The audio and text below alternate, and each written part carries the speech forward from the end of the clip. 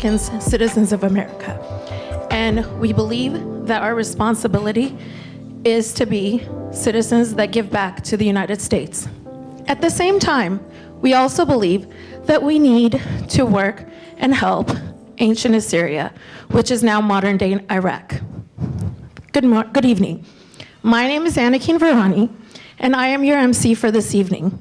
I'd like to start with welcoming each and every one of you. I know everyone's busy and has a lot to do. On behalf of our chairperson of the board, Asher Yosef, who sadly could not be with us, I'd like to welcome each and every one of you to tonight's evening. The Assyrian Aid Society of America began this evening, the first of many, hopefully, events in DC, in an event called Eyes on Assyria. Tonight, you will hear from a few of our members and have some insight as to what we do as an organization in the United States, where we help Assyrians across the country, across the world, the globe, in Iraq mostly. I would like to begin with welcoming my better half, my husband, the president of Assyrian Aid Society of America, Dr. Antoine Virani.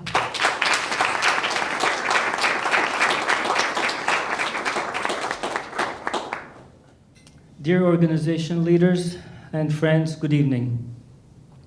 On behalf of Assyrian Aid Society of America, I would like to thank you for taking the time to join us for a fun, memorable, and fruitful evening. At this time, I would like to ask all the Assyrian Aid Society volunteers to please come here to the podium so I can thank all of you.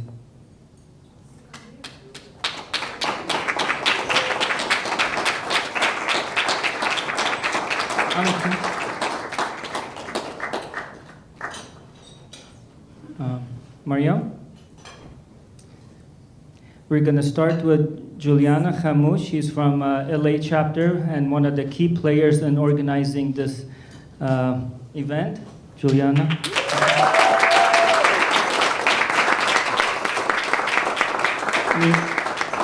Ninebra Virani is the secretary for Central Valley chapter, my daughter. Anakin Virani is the Central Valley chapter president and the MC for this evening. Mariam Ishaya, right there from New York. Sarah Bennett, she just went downstairs to make sure there are no people lost. Ramson Tuma, where is he? DC president and another key player in organizing this event. Thank you. Dr. Gillian, is she here? No. Sarah's going to find her. She's lost. We're going to find her. She's the VP for DC chapter. The one and only Sergon Shabas.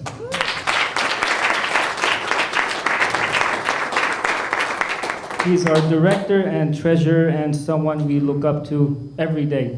Thank you, Sergon.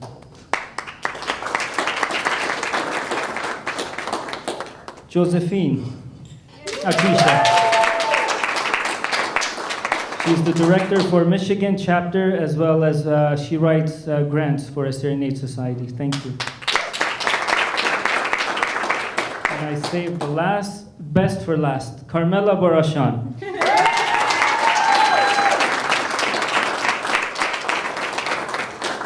She's the outreach director and the person responsible for this evening. Thank you, Carmela. You may be seated.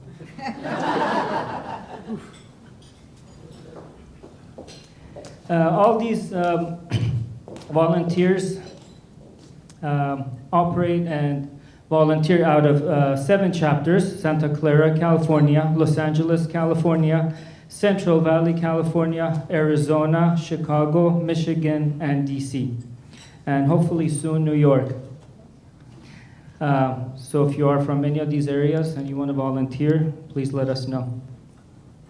We also have an artistic branch that is mainly operating out of Santa Clara, California. It's Mesopotamia Night, and advocacy branch led by Carmela Borashan. Assyrian Aid Society was established 30 years ago in response to a large displacement of Assyrians and other Christians during the Gulf War in 1991. It was believed by its founders that this organization would be a temporary establishment and would soon close once the war was over. Over 30 years later, Assyrian Aid Society is still here, and unfortunately, the needs are greater than ever. Over the past 3 decades and over $16 million later, Assyrian Aid Society has been able to open and maintain Assyrian-based schools throughout the northern Iraq, 26 schools to be exact, something that has never been done anywhere or anytime. These schools teach all their curriculum in Assyrian language. Assyrian Aid Society was and is responsible for the cost of translating these books in Assyrian, lecturers who assist the teachers, and their transportation. Assyrian Aid Society has covered the expenses to repair homes damaged by various conflicts in the region, irrigation channels to assist with sustainability, building homes to prevent land grabbing, street lighting for safety, pharmacies and mobile clinics to aid the sick and vulnerable, building camps for IDPs during ISIS, first aid, food, and care packages year after year, especially during the pandemic. As you can see, Assyrian Aid Society has taken the heavy load and responsibility to aid in many different fields and areas, and that's why it is the most recognized humanitarian organization among Assyrians and non-Assyrians. This organization was nominated for Nobel Peace Prize in 2016 and was recognized by Iraqi government as the top humanitarian organization in the country in 2020 for its heavy involvement in aiding the sick and in need. But what's next? When will we stop practicing the very definition of insanity? What do I mean by that? We build, they destroy. We heal, they injure. We fight for our lands, and yet they are still illegally taken over. How long will we repeat the same thing and expect a different result? Assyrian Aid Society has been leading the humanitarian effort for Assyrians and non-Assyrians, and it is time to build a strong alliance with other NGOs and organizations to make a permanent solution to our problems, and it starts with security and economic sustainability. Events and evenings like this are critical so that all NGOs, religious and non-religious organizations get to know Assyrian Aid Society and its valuable aid that it has offered to Assyrians and non-Assyrians that includes all the Christians, Yazidis, Arabs, and Kurds. Why? Because we are a humanitarian organization. Our mobile clinic, for example, will not reject anyone who seeks medical attention. And now, again, I want to thank all of you for being here. It really means a lot to us. We put, especially Carmela, her team, put a lot of effort in organizing this event. So thank you again. It means a lot. And where's Carmela? I'm going to embarrass her because I'm going to keep saying her name. She will explain more on these topics that I covered this evening. Thank you very much. I would like to invite a very impressive female in the Assyrian community, Dr. Alda Benjamin, who is sorry, let me finish. She's really amazing and I want everyone to hear this. She is the Avig Malik Bet Yosef Faculty Fellow in Assyrian Histories at the University of California, Berkeley. She will be talking about having a brief summary of her recent book, which is available for purchase tonight. So please welcome, with a big round of applause, Dr. Alda Benjamin.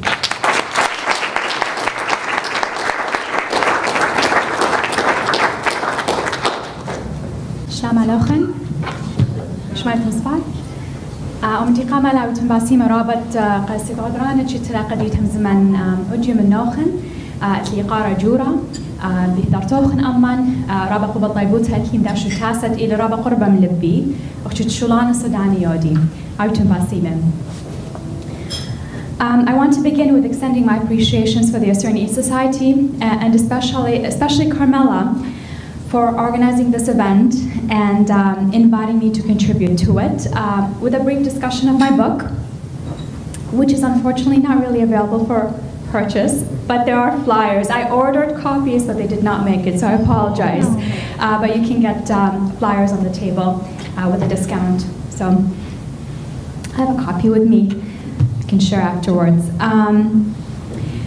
My work as Yabi Malik Bajousa Faculty Fellow, as a historian of modern Middle Eastern studies, explores the role of minorities in 20th century Iraqi cultural history based on in-country research that foregrounds the Iraqi periphery, as well as Aramaic or Assyrian Arabic bilingualism, challenging the monolingual narrative of the state.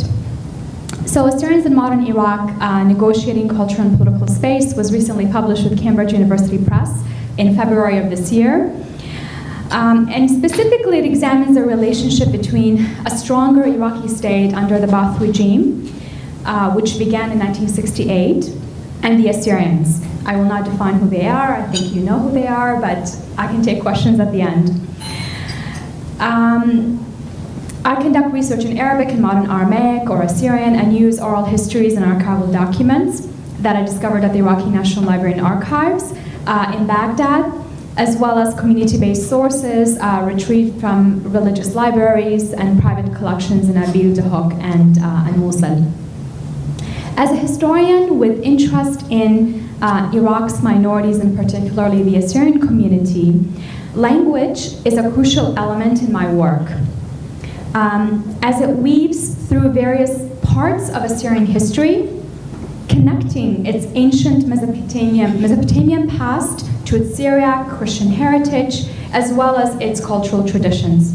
Language, in both its oral and written formats, have been valued, preserved, and elevated by all segments of this community throughout the centuries.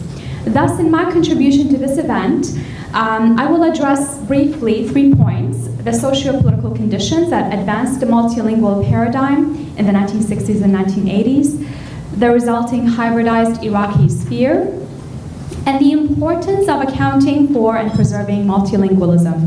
And of course, the Assyrian Aid Society, and the reason why I'm focusing on this aspect of the book, language, is leading the efforts in preserving and elevating the Assyrian language, the Aramaic language, which is an endangered language, with their schools and other programs that aim to do that, and with the support of diasporic organizations that contribute to these efforts. So briefly, let me begin with concepts of minoritization and pluralism as they relate to my work as I understand them. Minoritization describes a process leading to the creation of minority communities like the Assyrians, whether their original point of departure is taken to be the society of the Ottoman period or that of the nation states of the 20th century. Minoritization has been deeply connected to sectarianism. It appeared and in fact was designated to favor certain communities, but it often had devastating consequences. It thus signifies historical and contemporary practices of discrimination and marginalization, relegating certain communities to an inferior status within the modern hierarchy of citizenship of the nation state. Often the living memory of violence and the trauma that survivors and their descendants experienced was carried with them. My book also engages with the concept of pluralism. Rather than adopting a national language that sees these groups as problems or questions, pluralism celebrates how these communities enrich the cultures of the region and how they preserve languages, notions of homeland, historical memories, and literature in the face of state pressures, displacement, and exile. Within this context, pluralism can be defined as a linguistic, cultural and ideological integration, although temporary, of communities within particular spaces. Its importance resides not only in the degree of its success, it's still important to be accounted for, and I understand sectarianism and the minoritization of the Assyrians to be modern phenomena derived from historical processes. Moreover, as this book reveals, Assyrians, much like Egyptian Copts and Iraqi Jews, did not constitute monolithic, static communities, but shared similarities with others in their places of residence, Iraq in my particular case, and various religious and ethnic communities. They came to be immersed in the public sphere in the second half of the 20th century, contributing to the press and joining political groups. In 1968, the Ba'ath regime came to power in Iraq and began the process of securing hegemony over political groups that it had historically opposed, and making concessions to communities that mostly resided in the north. Kurdish national identity and language were recognized, and cultural and literary rights were extended to the Assyrians and the Turkmens. The role of Assyrians within the oppositional parties necessitated the state's attempt to attract Assyrian political leaders, religious, political, and intellectual into cooperative arrangements with cultural promises. The Arabic monolingual paradigm that had been advanced throughout the 20th or the previous decades in urban and majority Arabic-speaking Iraqi centers this process had been going on, while the northern region, where the state's power was more limited, retained its multilingual character. The presence of migrant northern Iraqi communities flocking to major urban centers in the second half of the 20th century in search of better employment and educational opportunities increased the visibility of the multilingual nature of the Iraqi state. The urbanization and politicization of these migrants, including the Assyrians, and the numerous intersecting political events at this time allowed for the creation of a space and the need for the reintroduction and recognition of multilingualism. During this time, important literary works were produced in various languages, not only in Arabic, Assyrian included. And the production of works in Assyrian and Aramaic, with the modest support of the government, contributed to the revival and standardization of the language across the various Eastern Aramaic dialects spoken in Iraq, as well as Iran, Syria, and the growing diaspora. Numerous critical works were produced during this short period, and the formation of significant cultural clubs and organizations provided an important cultural venues for the Assyrians to interact, engage, and have discussions.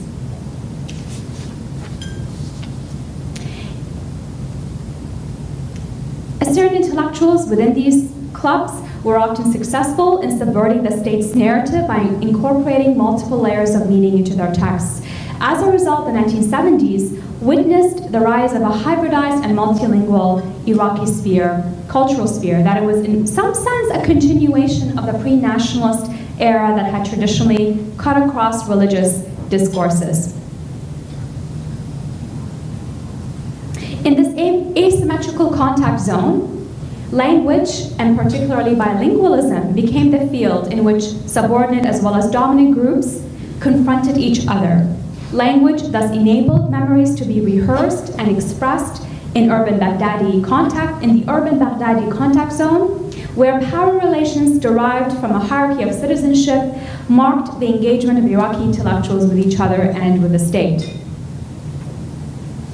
It's important to note here that resistance to the Ba'ath regime and the state took other forms as well.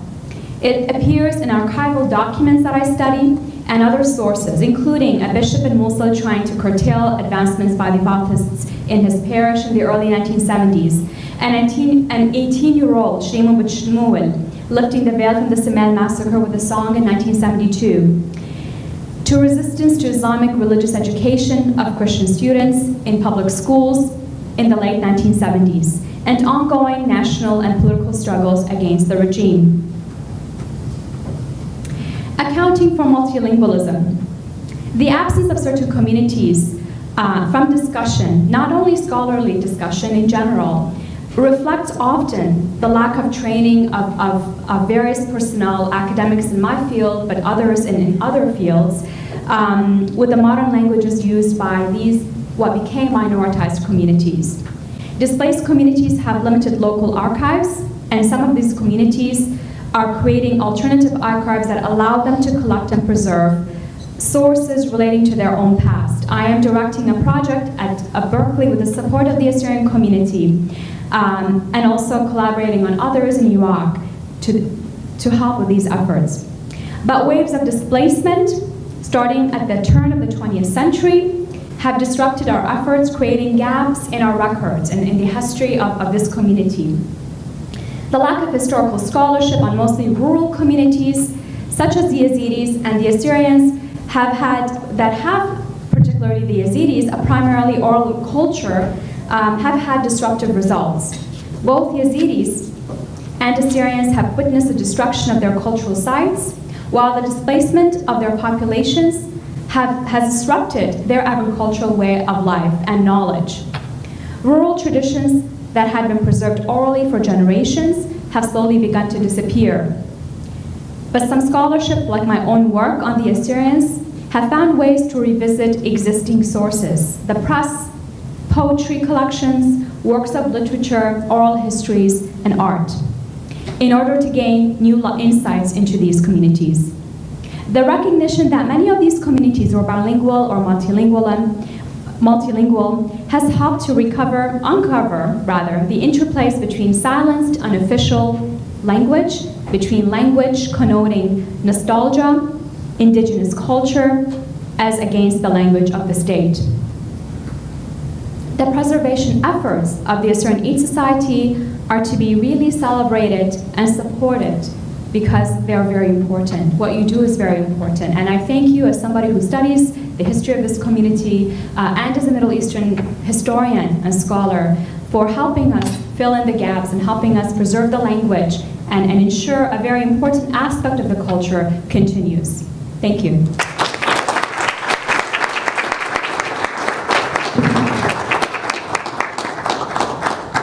Thank you, Doctor. Next, I would like to invite a dear member of the Assyrian Aid Society, Josephine Atisha, who is a director in the Michigan chapter and also a grant writer, as Antoine recognized earlier. She will be singing for us a hymn of peace. Josephine.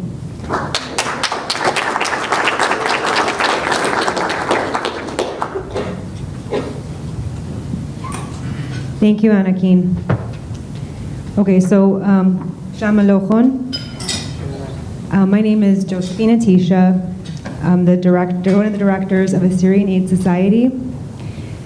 And I wanted to share a hymn that I was inspired to sing during my last trip to the homeland. We were driving through the mountains, and I don't know, I'm not even a singer, guys. And I was compelled to just sing this hymn from church, and I wanted to share it with you. So this particular hymn is sung during the Rite of Peace. So at Mass, the priest administers the Rite of Peace, where he gives the shlama. So shlama means peace in Aramaic. He gives the shlama to the altar servers, who then pass the sign of peace to the rest of the congregation. So today I would like to extend the same peace among all of you here. And I'm going to say it in Surat, and the translation is in your program, in case you're wondering what I'm saying. Nishaklum tur Islam, Islam el-Amman, Islam o-Shayna Maghar el-Amman, مشيخة البركان زرول حب بيالتت كل زمروخ شوح الشموخ سند لي كان مشينا الملكة باطل شر من باث دعارة طور يبكن شب سغدوخ اللخاني قارب كل الدن زروي كريه بنعمتوخ بعسمريه بحنانوخ بشوط الله يدعون ديوخ وكل عني دي ليقه مارن هون لن. Thank you.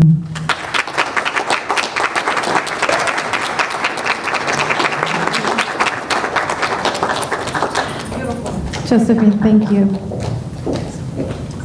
Next, I would like to invite the person that is responsible for this evening, the person that had a vision and saw it through and didn't falter and didn't question herself at all and had the strength and belief that tonight was going to happen exactly the way she envisioned it. Carmela Barashan is the Outreach Director of Assyrian Aid Society. She's also an Executive Board Director. She is truly an inspiration for each one of us in the Assyrian Aid Society organization. Carmela, please join us.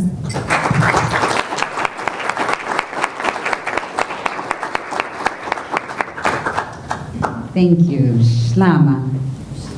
Burkatet Allah kulluhum. Welcome our distinguished guests. Thank you for the honor bestowed upon us by your presence at our event. Assyrian nation came to fruition in Mesopotamia more than 6,000 years ago between the two rivers. A nation that created the very first civilization and empire. Mesopotamia, the ancestral land of Abraham. The thriving nation, empire, collapsed more than 2,000 years ago.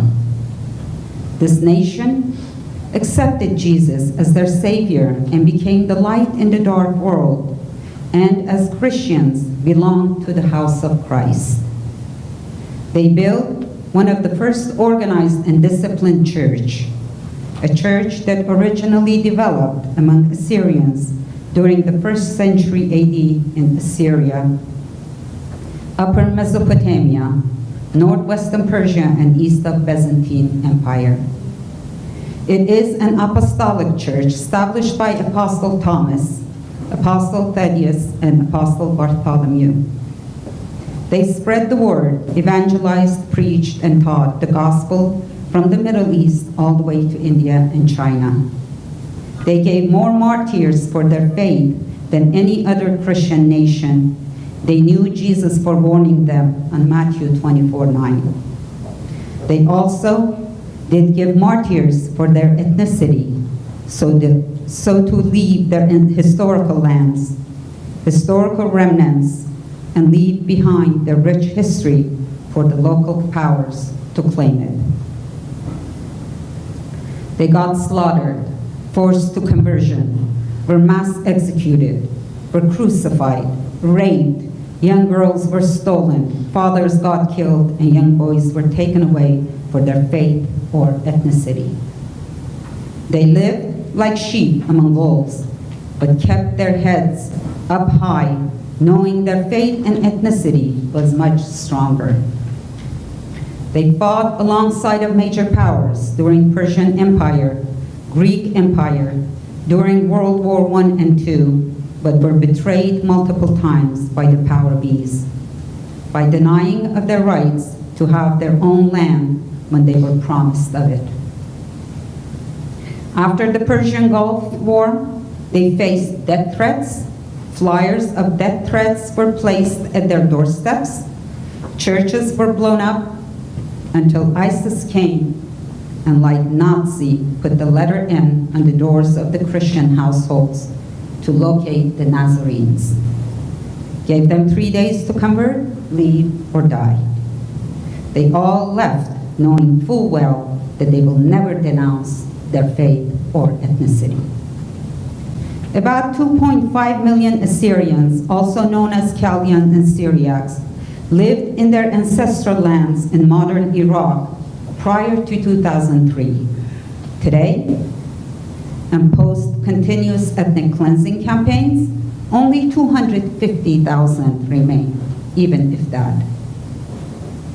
Assyrians are an important fabric to the vibrant mosaic of Iraq.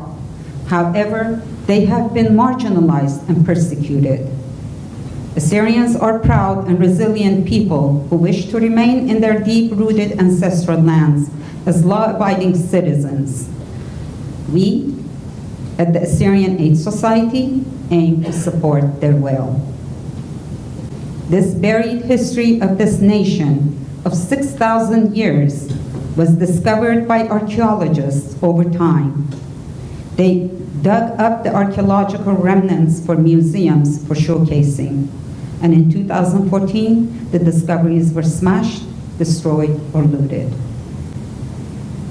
As these discoveries, remnants of a once thriving nation, were destroyed by ISIS, now the local powers claim the Assyrian heritage as their own.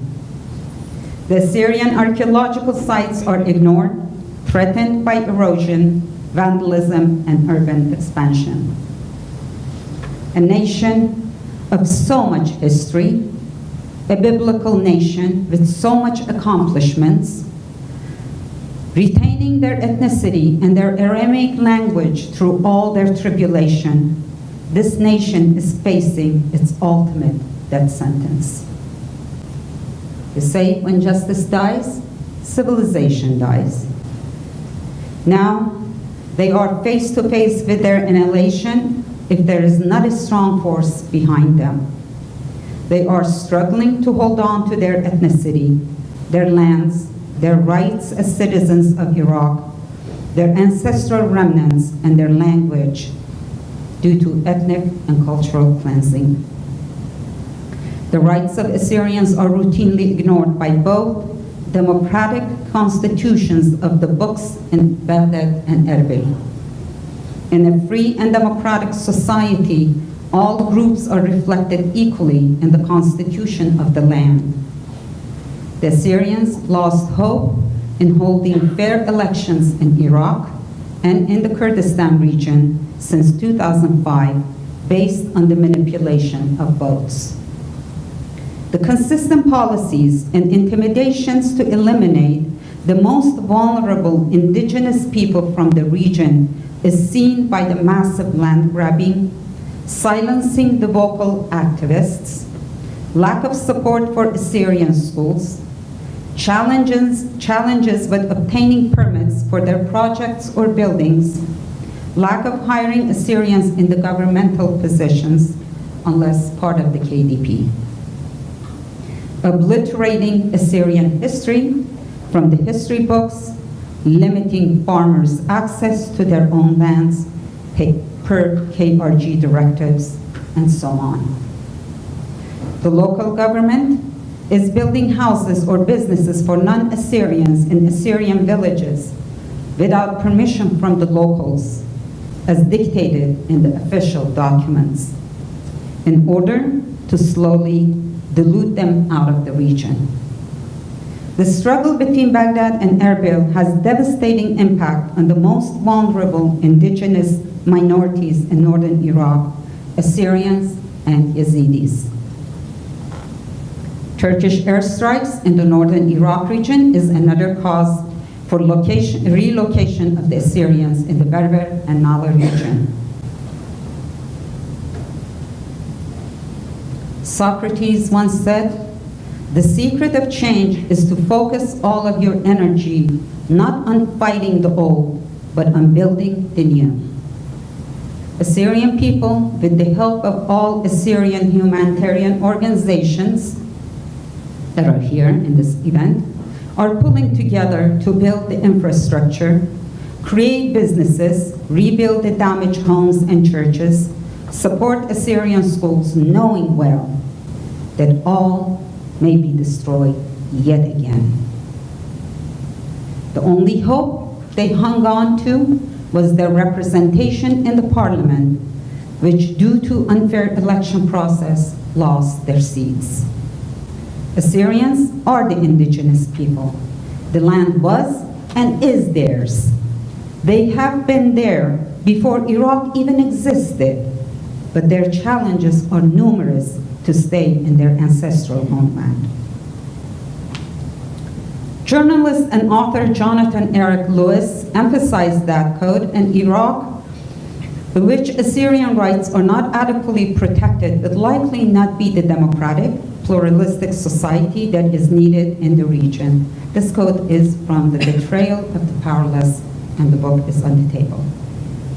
A persecuted nation such as Assyrians that never had a chance to recuperate from generations of persecution is divided now.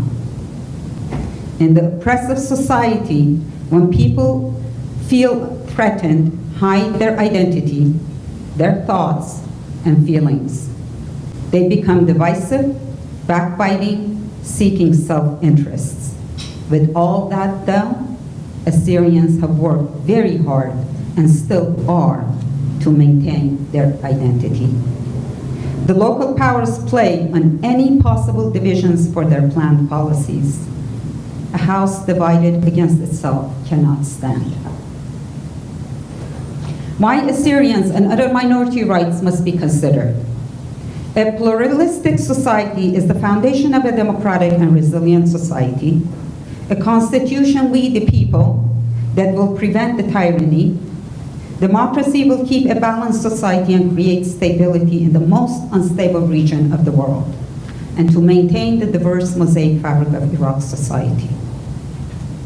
Now, one must ponder, what is it that this broken nation to do? Where to go? Who to ask for help and advice? What is the next plan of action for their survival? Remembering our biblical hope, Isaiah 19:23 says, in that day there will be a highway from Egypt and to Assyria. The Assyrians will go to Egypt and Egyptians to Assyria. However, what is our responsibility as Assyrians, the oldest nation in the world, and as a household of faith? There is a letter of plea from late Rabbi Asher Ischaria, that the full letter is written there. I'm just going to quote one statement from him, who said, to promote peace in the region and in the world, it is necessary to protect, save, and help the indigenous people to remain and thrive in their homeland, where their ancestors built the civilization in the ancient world. This will only happen if the indigenous people, who are now reduced to minority, ally together. The following are the asks from Assyrian communities from Atra. In summary, establishing Nineveh Plain as a self-governed administrative area linked to the central government. Neutralize Nineveh Plain region from political tensions between central government in Baghdad and KRG. Build one authorized security force that is representative of all components of the Nineveh Plain. Establish an international protection zone in Nineveh Plain region. Encourage and assist economic growth. Protect and ensure Assyrian representation in the parliament. Put an end to all forms of land grab cases and enforce laws to solve these open cases. Alter the education system in the KRG by removing references to all radical materials from textbooks. These must be accomplished before the demographic of the region changes due to expansion of territories by local governments and strongholds on the oil and gas-rich region. Thank you.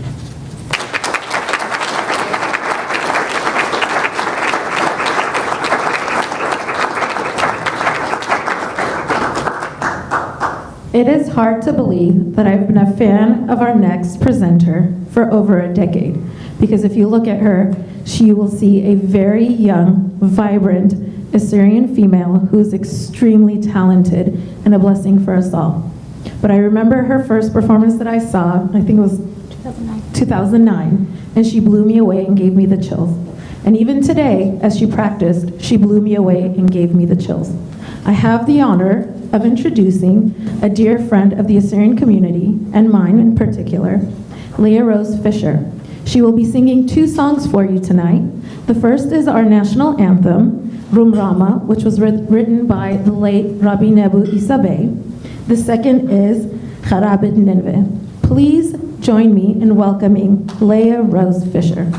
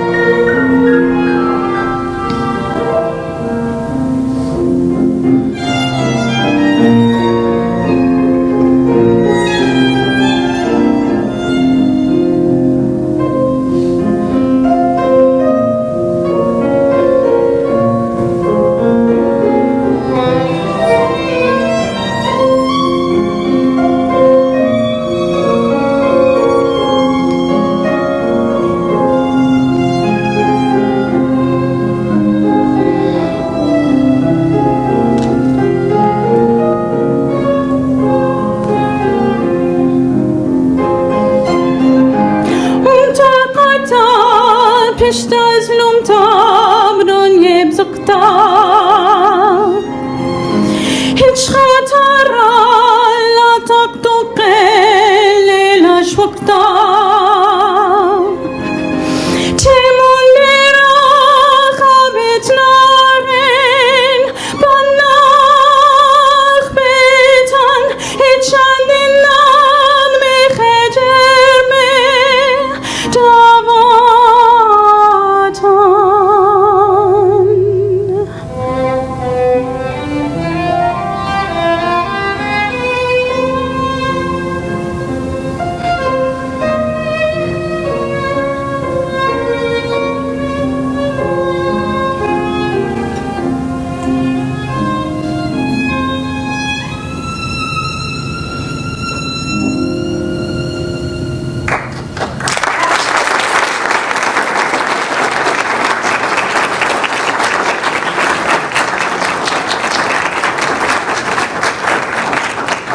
I want to thank every one of you for being with us tonight. I want to point out a few presentations that we have scattered across the room.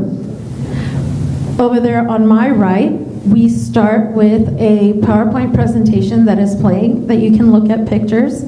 Next to it, we have a display of Assyrian books that describe the Assyrian fly. Those books are for you to obtain with a donation that you feel comfortable with to help support our Assyrian writers and Assyrian Aid Society. They were all donated to our organization, and we're very grateful. Next to it, we have a table that has a list of the project list that we have in Assyrian Aid Society. The costs and the impact that they have on our people in our homeland are all written on there. We encourage you to pick one to donate to that touches you, that you believe in. With that, we have decorative artifacts that are displayed. People that choose a project off the list and donate towards it are welcome to pick and choose one of those artifacts.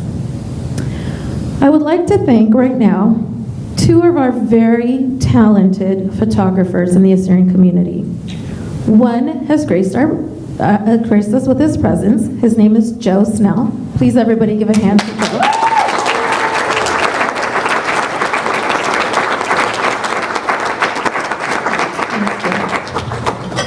Joe has informed us that tonight, if anybody chooses to donate $250 or more to any of the projects that we have on our list, he would donate his artwork to them and you get to choose which one. These canvases are all parts of his work, his photography that he has done in Syria and in Iraq. He's very talented. He's a journalist here in DC, and I encourage everyone to support his art. Next, we have another artist that has also donated his work and also wanted us to go ahead and give them to people that donate or participate in our projects. And again, at $250 or more, you may choose one of our artist, Sargon Sade's photography on this side. Sadly, he was not able to make it tonight, but we still are very proud and impressed with his dedication to our nation. I want to encourage everyone to grab drinks and food that is laid out here in the front and enjoy yourselves. I do want to take a moment to thank AGN for recording tonight's evening's program, and also Assyrian TV from Sweden. They have been kind to donate their time, the quality of work that they do, and have spent their day with us. I want to take a moment to thank again Carmela Borashan, because with her dream, she made tonight possible. And with that, I want to take a moment and thank Juliana, because without Juliana Hamoun, Carmela's dream would not come to fruition.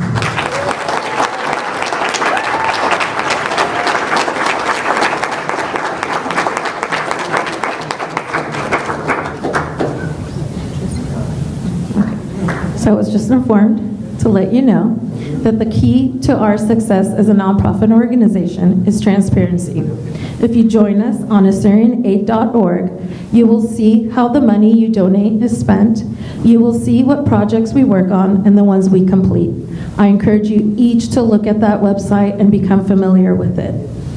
Last, I want to finish with the thought that I began with. Ask what you can do for your country. Ask what you can do for your people. I ask each and every one of you to think of how we can help our Assyrians in need in our homeland while we persevere here in America, where we are so lucky to be a part of the greatest nation. Thank you, everybody.